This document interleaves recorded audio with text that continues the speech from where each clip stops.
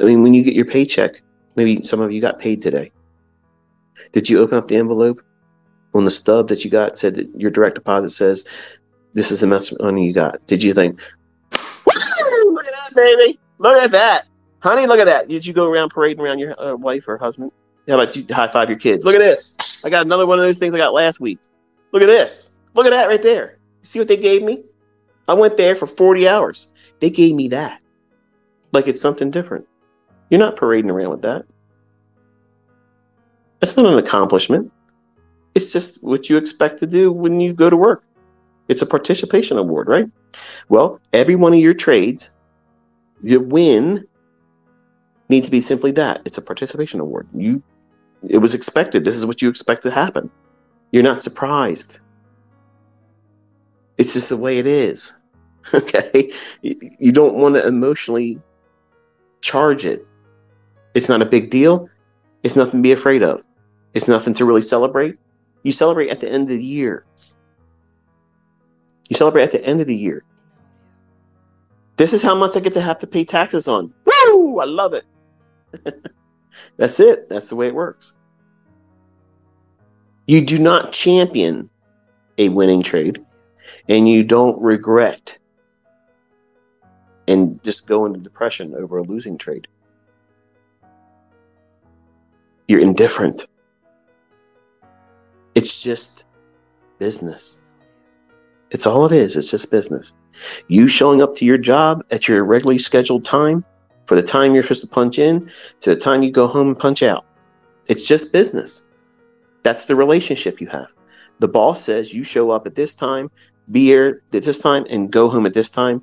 And if you do that, you get a monetary reward at the end of the week. Okay. Same process with trading. The process is I have to do this. I have to show up in front of my charts. I got to do the process of looking through these charts, looking for the thing I'm supposed to be doing as the trader. Then when the time has come, I'm expected to do something with that opportunity. And I have to do what? Manage risk. You're doing it at your job. You're managing your personal risk when you drive there, because you don't know if you're going to get there safely or not, but you're doing everything you can, hopefully, not looking at your phone, texting and whatnot. But once you're at your job, then you're managing the risk of what? Your employer. You don't want to waste supplies. You don't want to waste time watching ICT videos on the clock. Liar. Everything you're doing is managing risk. Are you a good risk manager? Do you speed to work? Are you driving without your seatbelt on? Are you texting, speeding without your seatbelt on? That's not a good manager of risk. You're going to blow your account. These are all things that you need to be aware of, because that's exactly what you're bringing to trading. That's exactly what next year, when everybody's having a hard time, and that culling of the ill-informed street money traders, they're going to be cast out like lepers. This market is going to be harsh to them, but it's not going to be harsh to you, because you're learning, you're being forged in the fires of difficult trading environments right now. These are hard markets, and you're being forged in these fires. You're being prepared. Your steel is being forged in this. You're being battle ready. You're being battle prepared. You're getting all of your armor right now, and you're learning how to use your weapons in a safe environment where nothing can happen to you right now. Nothing can hurt you. It's all upside. It's all advantageous. It's not any weaknesses. This is proper training. This is the right way to do it. And when it comes time for you to be involved in actual trading, whether it be through a funded account or live trading, you will be at the highest point of readiness any trader would be reasonably expected to have. Because it all changes when there's real money involved. That's the part that I can't take you to that. Everybody's going to experience that on a different level. It might be extremely stressful for you. Others would be like, this is way easier than I thought it was. This is fun. But some of you will be thinking, I'm terrified. I can't afford to lose. And you'll have a new learning to go through. But you'll at least be trained properly before you get to that point, which is important. Books and courses don't take you there because it takes time, and they don't want to lose the subscription fees, the membership fees.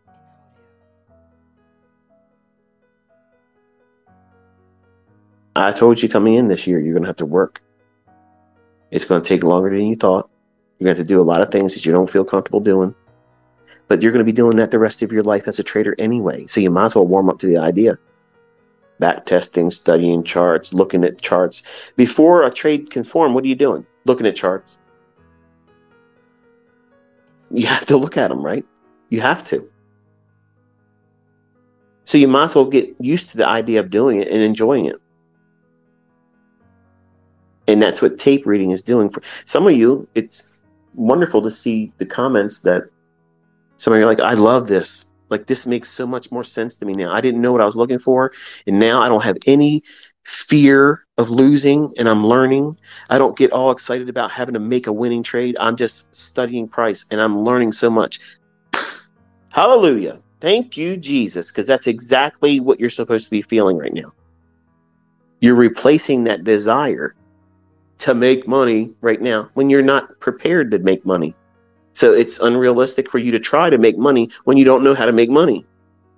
I'm sparing you all that frustration and allowing your mind and understanding to develop properly with the proper amount of time. And you'll much more appreciate it next year when I'm not doing this anymore, and you'll have all this experience to lean on.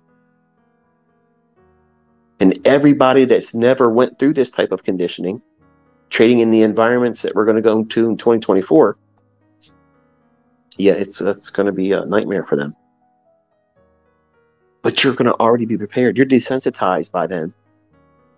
You know that there's opportunities every day, every week. You know when it's likely to hurt you, when everybody else is being told to rush in there and trade. This is when the markets are moving around. Yeah, they're moving around with the intent to take you out. So why would you want to go in there?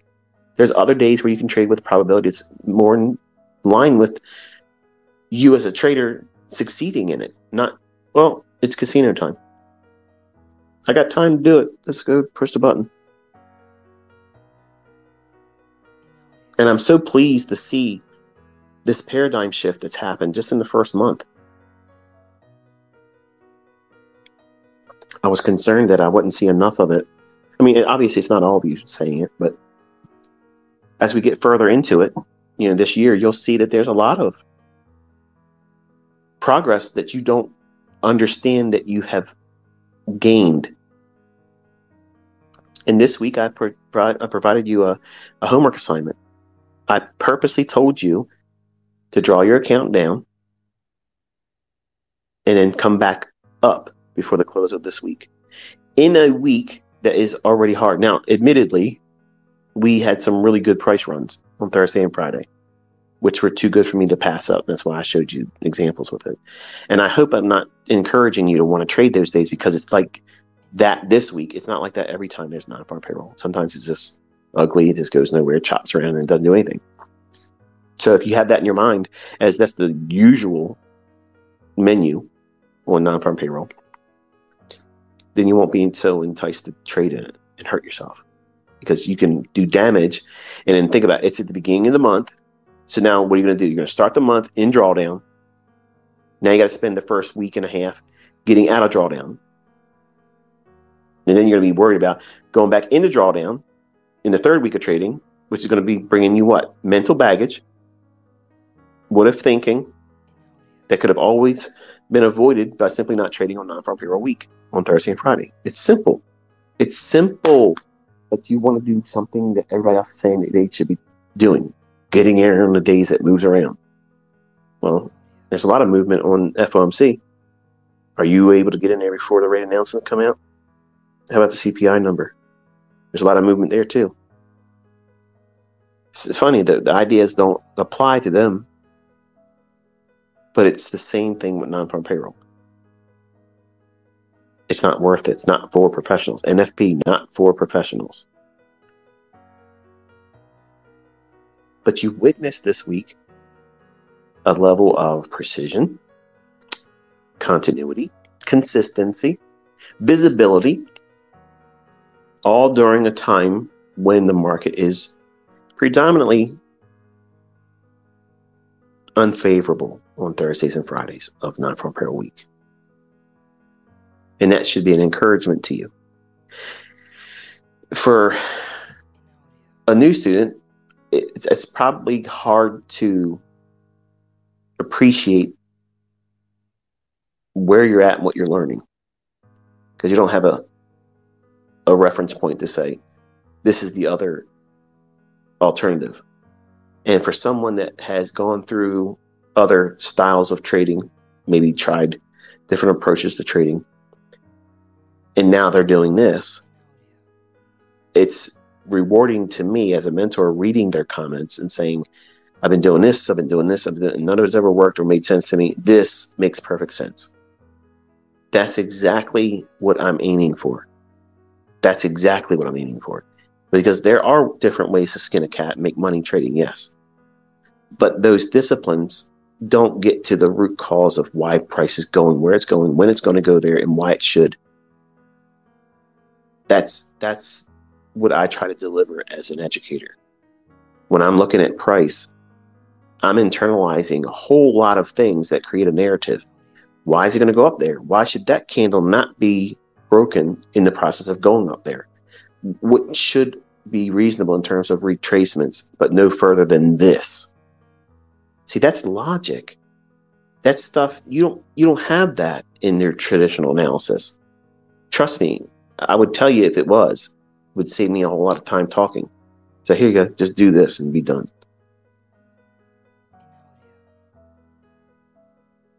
But it's been 1 month, and we have been watching live price action. I've called out specific things that I haven't taught before, and you watch them deliver in price real time with a 1 minute chart. Precisely.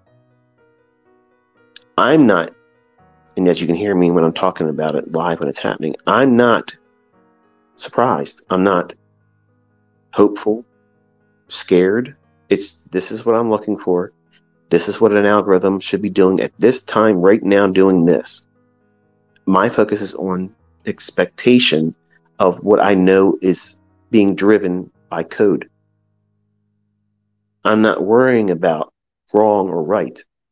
I'm telling you at this moment, in this instance right now, what the chart has shown right here, this is what we expect to see. And man, is it satisfying to see people say, what? That just happened. Exactly. That's where my satisfaction comes from. I'm not looking at the charts and saying, wow, it still works. That doesn't happen. What I get my high off of is you all experiencing, because I remember exactly what it felt like. And I live vicariously through all of my students' new discoveries, seeing something that I've grown bored of seeing. In that moment of astonishment where the veil's pulled back and you finally see what this market really is. And you all watch it in your charts real time. I often, many times, think to myself, that's when I'm usually putting a little smiley face tweet out. Because I know you're looking at the chart probably with your corners of your mouth turned up too, in a smirk or a smile, because damn it, it happened again. There it is. It just happened again. It's not random, right? And that's exactly like I'm in the room with you. Like I'm watching that chart just like you are. And the same thing that you're experiencing, and you're smiling, thinking, man, this is not random. This is predictable things that I can see. He taught this. He pointed this very thing out, and it's going right there. And then as soon as it does, I already have a well-written tweet with an image that's already pre-selected. All I'm doing is waiting for time and price to meet. I don't have the time to type all that stuff out right when it hits there. I'm doing it in advance because I know what's about to happen. It's what I've told you what's going to happen. And then as soon as it happens, the tweet hits. And I do that because I want you to read that. And some of you read it as bragging or arrogance. No, I'm showing you, for the students, that that is a monumental experience for you to remember. It makes it meaningful. Otherwise, it just looks like, so what? The market went to that level there, and you didn't notice the tweet that outlined why it should. I'm not interested in that person. That's not my audience. My audience is the folks that are looking at my tweets, actively engaging their own charts, going to that specific candle and saying, okay, he said this, now I'm watching it. How does it behave? And then what is he saying we're looking for? Buy side or sell side? That gives you what? Bias.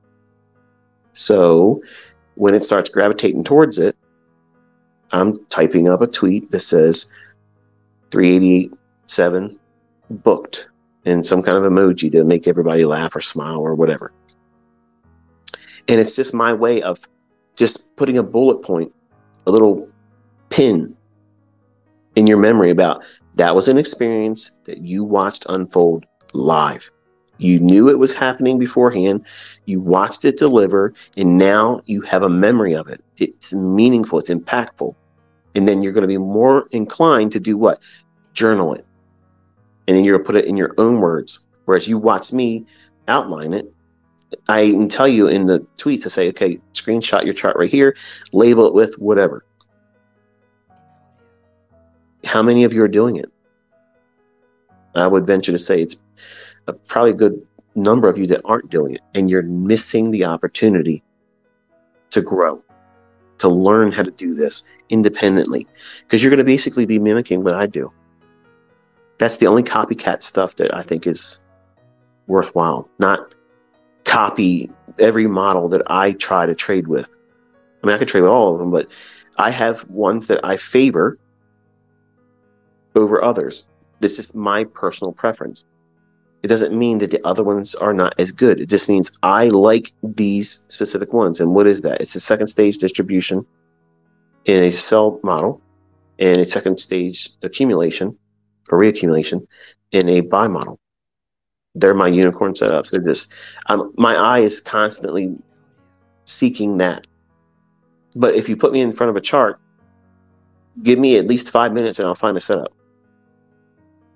It may require me to be on a second chart, but I'll find a setup. That's what I was doing this week. I was going in there, doing lots of trades, doing everything up and down. And you shouldn't feel like that's something that you need to do to be good. Being good is not what you're doing here. You're being consistent, eventually working towards profitability that's consistently profitable. That's your goal here. And your first rung objective is 5 handles. 5 handles in the ES. We've already narrowed your focus down to one market. Even if you're kicking and screaming saying, I don't want to do ES. I don't want to trade that. I want to trade Euro dollar. Okay. What did Euro dollar do today? Took a long time before it got started, didn't it? That's why I'm not there. Yes, forex pairs are moving around, but not like the ES is, not like the NASDAQ is. And it's going to stay moving around. I think this summer, we're going to have a very busy summer.